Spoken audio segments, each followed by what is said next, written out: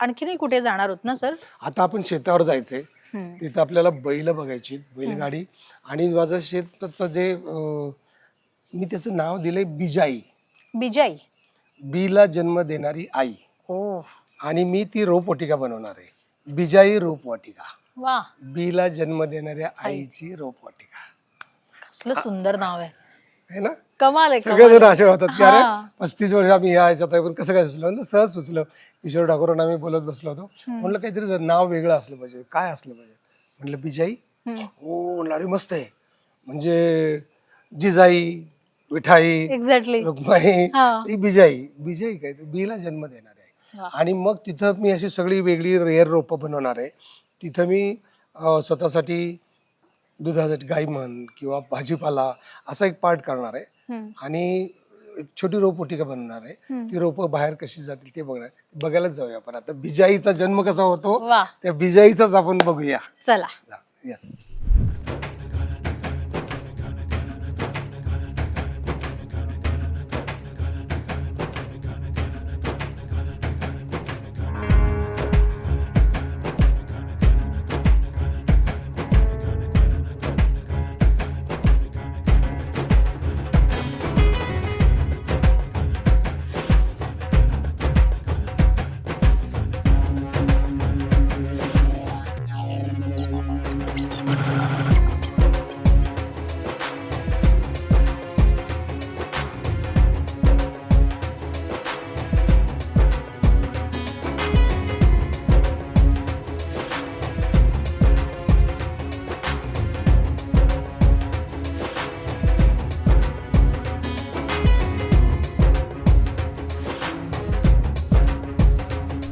तर घरामधून निघून आम्ही आता थेट आलो वेणे गावात सर. Very good. बरोबर. ओके. आणि वेणे गावात आल्यानंतर आपल्याला ज्या गोष्टीबद्दल सरांनी घरातनं निघताना सांगितलेलं बिजाई, तर त्या कॉन्सेप्ट बद्दल आता आम्हाला इथे जाणून घ्यायचंय. सर आम्हाला काय एक्झॅक्टली सांगणार आहात आणि दाखवणार आहात? ही मला धरणग्रस्त म्हणून आम्ही झाल्यानंतर आम्हाला मिळालेली 1 एकर जमीन आहे. आणि मी आईला गेल्यानंतर आईच्या म्हटलं तर तिच्या वजनाच्या बिया आणि तेवढ्या महाराष्ट्राला लावीन. तर आता मला लक्षात आलं की देशी झाडं नाहीत. आपल्या फॉरेस्ट डिपार्टमेंट गेल्या 70 वर्षात परदेशी झाडं, कागदोपत्री दाखवायची झाडं, आणि त्यांनी खूप नुकसान झालं आपल्या. तर ते आम्ही 2016ला पहिलं मुनगंटीवारांशी भांडण केलं होतं की देशी झाडं का नाहीत. त्यावेळेला 1,37,00,000 फक्त गुलमोहराची रोपं तयार केली होती. ओके. ऑस्ट्रेलियन सुबाबळ या ज्या गोष्टी नकोत आपल्याला, तर तशा गेल्यात. म्हणजे निलगिरी हे ह्यांनी खूप आपलं नुकसान झालं. अच्छा. तर पहिल्यांदा आपण देशी झाडाची कन्सेप्ट मांडली आणि तसं करून घेतलं कायदा. आणि मग ते आता पूर्णपणे देशी रोपं तयार होतात. पण तरी पण आपली रेअर जी झाडं आहेत आपल्या देशी पश्चिम घाटातली ती नाही आहेत. मग आईच्या नावाने सुरू करायचं, तर मग त्या नर्सरीला नाव काय द्यायचं, रोपवाटिकेला नाव काय द्यायचं, ते सुचलं मला बिजाई. अच्छा. बीला जन्म देणारी आई. तर मग ह्या एकरामध्ये एक पार्ट मी असा करणार आहे की तिथं त्याचं जे बियाचं रोपटी लागण्यासाठी त्याला जे बांधावं लागतं, करावं लागतं, त्याचं टेम्परेचर मेंटेन करायला लागतं, बरोबर. पाणी वगैरे सगळं त्याचं इथं एक करणार आहे. ती ही जागा आहे. आणि इथं मी आपल्या स्वतःला खाण्यासाठी भाजीपाला पण तयार करणार आहे. इकडे एक छोटंसं घर बांधतोय. घर म्हणजे तिथं 2-3 गायी असतील, काम करणारा माणूस राहील, एक सामान ठेवायची जागा आणि छोटस असं. आता हे जे चालू आहे विटांचं बांधकाम, इथे घर चालू आहे. घर चालू आहे. घराचं चालू आहे. आणि ही जी जागा आहे ही पूर्णपणे आता म्हणजे इकडं तीन बिजाई करणार, इथे बिजाईचं एक बोर्ड तयार करणार चांगला. आणि इथून बनणारी रोपं ती महाराष्ट्रात कशी पोच करायची, कशी द्यायची, कुठल्या भागात प्रदेशनिष्ठ रोप कशी नाहीयेत, तर त्याचा अभ्यास करून त्याप्रमाणे पाठवायचे. ह्याचे बरेचसं काम झालेलं आहे हा, सर. म्हणजे हे ह्याला काय आहे? सिस्टमॅटिक पहिलं ठिबकचं काम करून घेतले, अच्छा. वाफे तयार करून घेतलेत. तुला हे बांध जे दिसतात असे, हे आता जर अजून पडले ते बांध आहेत ना, त्या बांधाच्या बाहेरनं सगळी इकडून सगळी मोठी झाडं लागणार. म्हणजे महाराष्ट्र सगळी 12 महिने आल्यानंतर कुठलं ना कुठलं फळ खायला मिळालं पाहिजे, अशी कल्पना. कुठली ना कुठली फुलं बघायला मिळाली पाहिजेत, भाज्या मिळाल्या. ती बाहेर नसणार सगळी मोठी झाडं. त्यानंतर ह्या बांधावरती सगळे आपले दोडका, भाजीपाला सगळं असा लावत जाणार. आणि मग त्यानंतर हे चिंचेचं झाड ओरिजिनल इथं आहे, एकदम मोठं झालंय. त्याचा एक कट्टा केलाय असा तयार. बांधकाम झाले. हो, हे आजच अर्ध झालंय, अर्ध काल हे टाकलंय. आता ह्याच्या बाजूला वरती मागे सायन्सचा डोक्याला टेक आला आणि पुढे अच्छा. असं हे 7 फूट आणि हे असं राऊंड होणार आहे. हा. राऊंड झालं की इथं बसायला झोपायला आणि हिरो बघायला. आता बाहेरची दगडी आणलेली बघितलीस ना, हा. हा.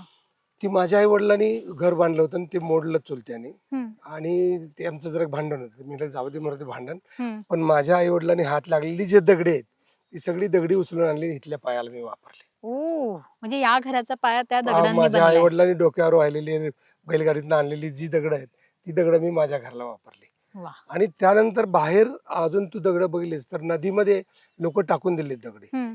त्याच्यामध्ये तुळशी वृंदावन आहेत, विठ्ठलाची मूर्ती आहे, पिंडी आहेत. तर मी कलेक्टरनं म्हणत होतो की ह्या सगळ्या टाकलेल्या दगडी गोळा करून त्याचं प्रदर्शन ठेवा.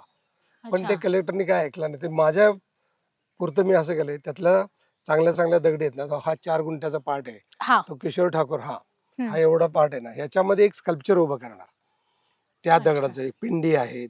तर हा. त्याला लोक अपशकुनी किंवा असं समाधीचे दगड वगैरे म्हणतात ना. अच्छा. चिरंतन राहण्यासाठी आठवण म्हणून केलेल्या त्या दगडी आहेत ना. हम्म. आणि हम्म. दगड ही चिरंतन आहे. हम्म. तर माती दगड त्याचं एक स्कल्पचर हे आपले किशोर ठाकूर करतील. हम्म. आणि बिजाईचा इकडं असेल. ओके. आणि इथं बसायला इथं मोठे मोठे गायक, कवी, कादंबरीकार, तुमच्यासारखे सगळे कलाकार जेव्हा इथं आले हा. तर इथं गप्पा मारायला म्हणून ही जागा अशी. आणि त्यांना ते भाजीपाला खायचं असं. वा, किती सुंदर कॉन्सेप्ट. म्हणजे आता तुम्हाला हे सगळं जरी इथे काही गोष्टी अजूनही काम सुरू आहे काही गोष्टींचं. आता हा जसा इथे बांधा बैठक जी काय सर म्हणालेत की डोक्याला टेकू असणारी एक हे किंवा ही बैठक आहे, इथे निवांत बसण्यासाठीची जागा, इथे हे बिजाईचा पूर्ण प्रोजेक्ट आहे आणि तिथे भाजीपाला जो ऑर्गॅनिक भाजीपाला आपण खाऊ शकतो, इथे आलेल्या प्रत्येक माणसाला त्याचा उपयोग होऊ शकतो. आणि इथे काय म्हणालात सर तुम्ही आता मला? इथं जरा बसायची जागा लॉन टाईप. अच्छा, लॉन टाईप. आणि ते दगड जे आहेत हा. कोरीव दगड हा, त्याचं त्याचं स्कल्पचर. एक स्कल्पचर क्रिएटिव्ह असणार काहीतरी. ओके. आता ते किशोर ठाकूर करणार म्हणजे डोकं लावणार त्यांना काहीतरी ठरवतील. ठरवतील असं ते होईल चांगलं. वा, आणि साईडनं सगळी फळांची झाडं लावणार आहे. मोठी फळांची मोठी झाडं. फळांची झाडं हम्म. म्हणजे अगदी त्या तिथून बाहेर आता सूर्य उगवला हम्म. की इकडून उगवतो. ओके. तर ही सावली इकडे 1:30-2 वाजेपर्यंत असते. वा. मग त्या बाहेर अशी मोठी झाडं लावणार हा. की संध्याकाळी 3-4 नंतर त्याची सावली इकडे पडणार. वा. त्या सावलीत बसायचं. वा, खूप सुंदर कॉन्सेप्ट आहे ही. आणि आता इकडचं सध्या सगळं काम सुरू आहे. आणि खूप सुंदर गोष्ट मला ही वाटली या सगळ्यातली की जे त्यांच्या आई वडिलांनी डोक्यावरनं जी दगडं वाहिली होती त्यांच्या घरासाठी, ती दगडं त्यांनी आता हे जे नवीन घर बांधतायत त्यासाठी वापरली आहेत. आणि तो पायाच मेन तयार झाला, त्याच्यामुळे भक्कम पाया आहे सर. आणि त्या भक्कम पायावर नक्कीच तुम्ही छान उभे राहणार आहात. आणि आम्हाला खात्री आहे की ह्या भक्कम पायावर आणखीन बऱ्याच पिढ्याही उभ्या राहतील. आणि हे जेवढं तुम्ही स्वप्न पाहिलंय हे स्वप्न छान साकार होईल. आणि इथे छान सुंदर घडेल. जे आता आपण बोललोय ते कदाचित आम्ही आता काही वर्षांनी येऊ तेव्हा ते सगळं इथे साकारलेलं असेल असं आम्हाला नाही, अगदी वाटतंय. 2-4 महिन्यात तुला चेंज दिसेल इथं. अच्छा. आता झाडं निवडून ठेवलीत, हम्म. ती आणायचीत फक्त. हा. मोठेली झाडच आणणार आहे, ती लावणार आहे. त्यामुळं हे आता हे लगेच पेरलं की 15 दिवसात उगायला लागणार. वा. ही माती एकदम उपजाऊ चांगली माती आहे. पाण्याची सोय आहे.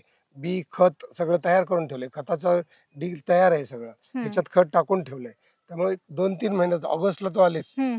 आपला देश स्वतंत्र होईल 15 ऑगस्टला, तर इथंच वेगळं चित्र असेल. अरे वा वा वा. हे चित्र बघायला मला आवडेल. आणि मी नक्कीच ऑगस्टमध्ये इथे येण्याचा प्रयत्न करेन आणि तेव्हा बऱ्याच गोष्टी तुम्हालाही दाखवण्याचा प्रयत्न करेन. बट सर, खूप सुंदर ही सफर झाली. तुम्ही आम्हाला घर दाखवलं, सुट्टीतल्या बऱ्याच गोष्टी आपण पाहिल्या, ती देवराई पाहिली, इकडचं हे तुमचं नवीन साकार होत असलेलं आता एक स्वप्न हे पाहतोय. आणि तुमच्याकडनं बऱ्याच गोष्टी शिकण्यासारख्या आहेत. पर्यावरण संवर्धन असो, नैसर्गिकदृष्ट्या काही गोष्टी असो, आत्ताच्या पिढीला हे सगळं गरजेचं आहे. इतकी छान सफर घडवली, खूप वेळ दिला आम्हाला, त्यासाठी तुमचे खूप खूप धन्यवाद. आणि असेच पिढ्यानपिढ्या हे असा वारसा पुढे चालत राहू दे, ह्याच आशा आहेत, ह्याच अपेक्षा आहेत. Thank you so much sir. म्हणजे बिजाई तिचा जन्म होण्याच्या आधी तुमच्या चॅनलची ही पहिली मुलाखत आहे. येस. त्यानंतर बिजाई खरोखर उभी राहिलेली असेल. येस, नक्कीच. आणि ती पाहायला आम्ही नक्की येऊ. जरूर जरूर. येस, धन्यवाद. धन्यवाद.